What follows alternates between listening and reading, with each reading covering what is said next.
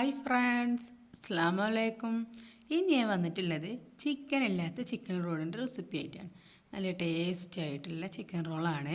അപ്പോൾ നമ്മളിത് ബ്രെഡ് വെച്ചിട്ടാണ് ചെയ്യുന്നത്. പെട്ടെന്ന് തന്നെ ഉണ്ടാക്കിയെടുക്കാൻ പറ്റും. പക്ഷേ ഇതിന് ചിക്കനൊന്നും ഞാൻ യൂസ് ചെയ്തിട്ടില്ല കേട്ടോ. ഞാൻ വെറും പൊട്ടാറ്റോ വെച്ചിട്ടാണ് ചെയ്തിട്ടുള്ളത്. പക്ഷേ നല്ല ടേസ്റ്റാണ്. നമ്മൾ കടയിൽ നിന്ന് വാങ്ങുന്ന അതേ ചിക്കൻ റോളിൻ്റെ ടേസ്റ്റ് തന്നെയാണ് കിട്ടുക. അപ്പോൾ നമുക്ക് പെട്ടെന്ന് തന്നെ ഇത് റെഡിയാക്കിയെടുക്കാം. അപ്പോൾ എങ്ങനെ ഇത് ഉണ്ടാക്കണം നോക്കാം. ഇതിന് വേണ്ടിയിട്ട് ഞാനൊരു പാൻ വെച്ചിട്ടുണ്ട്. പാനിൽ കുറച്ച് ഓയിൽ ഒഴിച്ച് കൊടുത്തിട്ടുണ്ട്. ഇപ്പോൾ ഓയിൽ ചൂടായി വന്നപ്പോൾ ഞാൻ ജിഞ്ചർ ഗാർലിക് പേസ്റ്റ് ഒരു ടീസ്പൂൺ ഇട്ട് കൊടുത്തിട്ടുണ്ട്. ഇനി അതിൻ്റെ ആ റോസ് സ്മെല്ലൊന്ന് പോകുന്നവരൊന്ന് വഴറ്റി കൊടുക്കുക. അതിന് ശേഷം ഞാൻ അതിലേക്ക് ഇട്ട് കൊടുക്കുന്നത് സവാളയാണ്. ഒരു വലിയ സവാള ഇട്ട് കൊടുക്കുന്നുണ്ട് കേട്ടോ. നമ്മൾ നല്ലതുപോലെ ഒന്ന് വഴറ്റി കൊടുക്കുക.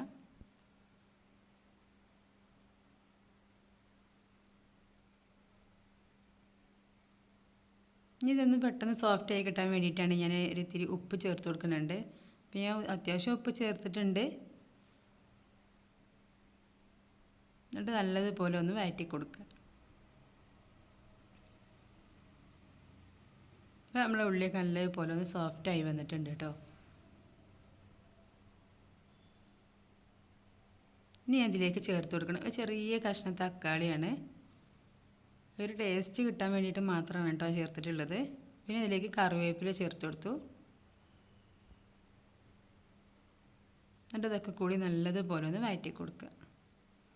ഇതിലേക്ക് ഞാനൊരു പച്ചമുളക് അരിഞ്ഞിട്ട് കൊടുക്കുന്നുണ്ട്. ഇത് അത്യാവശ്യം എരിവുള്ള പച്ചമുളകാണ്.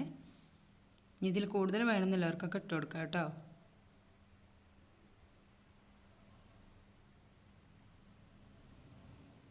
ഇനി അതിലേക്ക് മസാലപ്പൊടികളൊക്കെ ചേർത്ത് കൊടുക്കുകയാണ്. ഒരു 1/4 ടീസ്പൂണോളം മഞ്ഞൾപ്പൊടി, പിന്നെ ഒരു 1/2 ടീസ്പൂണോളം മുളക് പൊടി,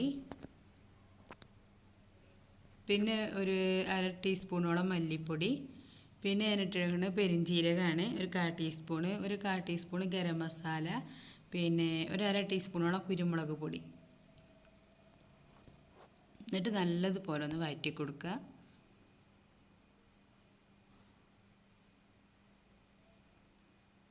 ഇനി അതിലേക്ക് ചേർക്കുന്നത് പൊട്ടാറ്റോയാണ്. ഇത് ഞാൻ പിഴുങ്ങിയിട്ട് ഉടച്ചെടുത്തിട്ടുള്ളതാണ്.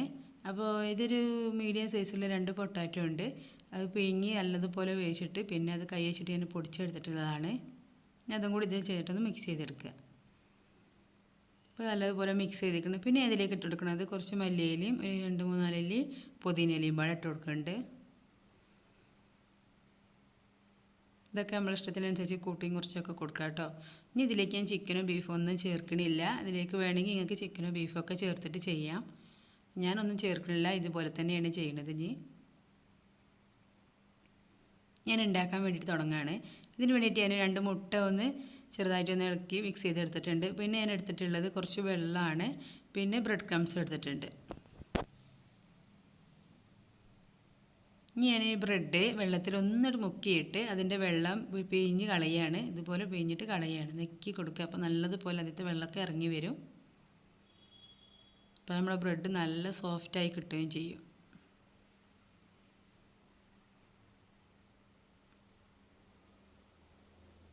അപ്പോൾ ഇതുപോലെയാണ് ഞാൻ ചെയ്യാറുള്ളത്. ഇനി ഇതിലേക്ക് നമ്മൾ മസാല വെച്ച് കൊടുക്കുകയാണ്.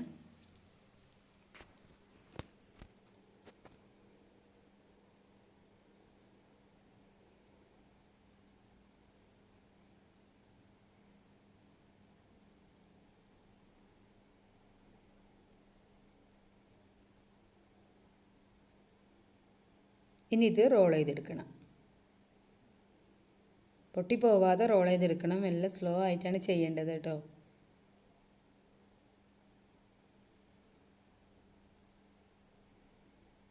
ഇതുപോലെയാണ് ചെയ്യേണ്ടത്. ഇത് നല്ലതുപോലെ ഒന്ന് ടൈറ്റ് ആകും വിധത്തിൽ കയ്യിലിട്ടിട്ടൊന്ന് ഉരുട്ടിയിട്ട് റോൾ ചെയ്തിട്ട് എടുക്കുക.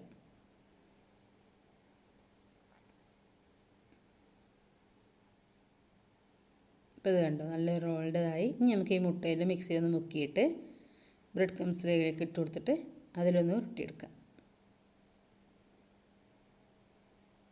ഈ മുട്ടയിൽ മുക്കിയിട്ട് ഇതുപോലെ ചെയ്യുമ്പോൾ കോട്ടിങ് നല്ല ഫിനിഷിങ്ങിന് നിൽക്കും, പൊട്ടി പോവുകയൊന്നുമില്ല കേട്ടോ.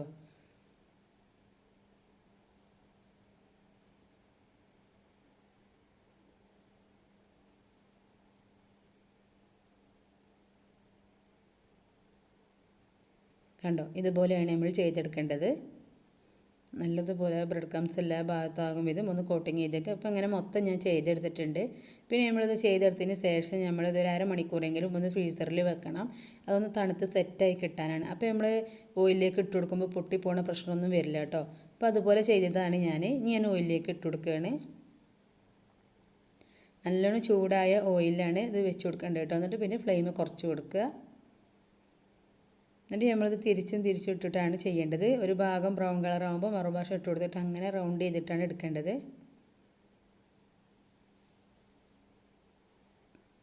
ഇപ്പോൾ ഒരു വശം ബ്രൗൺ കളർ ആയിട്ടുണ്ട്. അപ്പോൾ ഞാനൊന്ന് മറിച്ചിട്ട് കൊടുക്കുകയാണ്. ഇതുപോലെയാണ് ചെയ്യേണ്ടത് കേട്ടോ.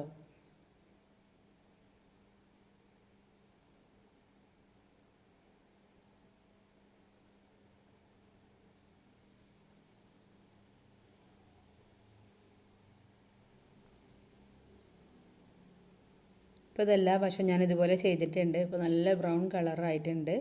അപ്പോൾ കാണാൻ നല്ല ഭംഗിയുണ്ട്. നമ്മൾ കടയിൽ നിന്ന് വാങ്ങുന്ന അതേ ചിക്കൻ റോള് തന്നെയാണ്. അപ്പോൾ എല്ലാവരും ഇതുപോലെയൊക്കെ ഒന്ന് ട്രൈ ചെയ്ത് നോക്കുക കേട്ടോ. ഒരു പ്രാവശ്യമെങ്കിലും ഇങ്ങനെ ഒന്ന് ഉണ്ടാക്കി നോക്കുക. അപ്പോൾ നല്ല ടേസ്റ്റ് ആയിട്ടില്ല നമ്മുടെ ചിക്കൻ റോൾ ഇവിടെ റെഡിയായി. പൊട്ടിപ്പോകുന്ന പ്രശ്നമൊന്നുമില്ല കേട്ടോ. നല്ല പെർഫെക്റ്റ് ആയിട്ട് തന്നെ കിട്ടും. അപ്പോൾ ബാക്കിയുള്ളതെല്ലാം ഇതുപോലെ ഞാൻ ചുട്ടെടുക്കുകയാണ്. ബാക്കിയുള്ള മൊത്തം ഞാൻ ഇതുപോലെ ചുട്ടിട്ടുണ്ട്.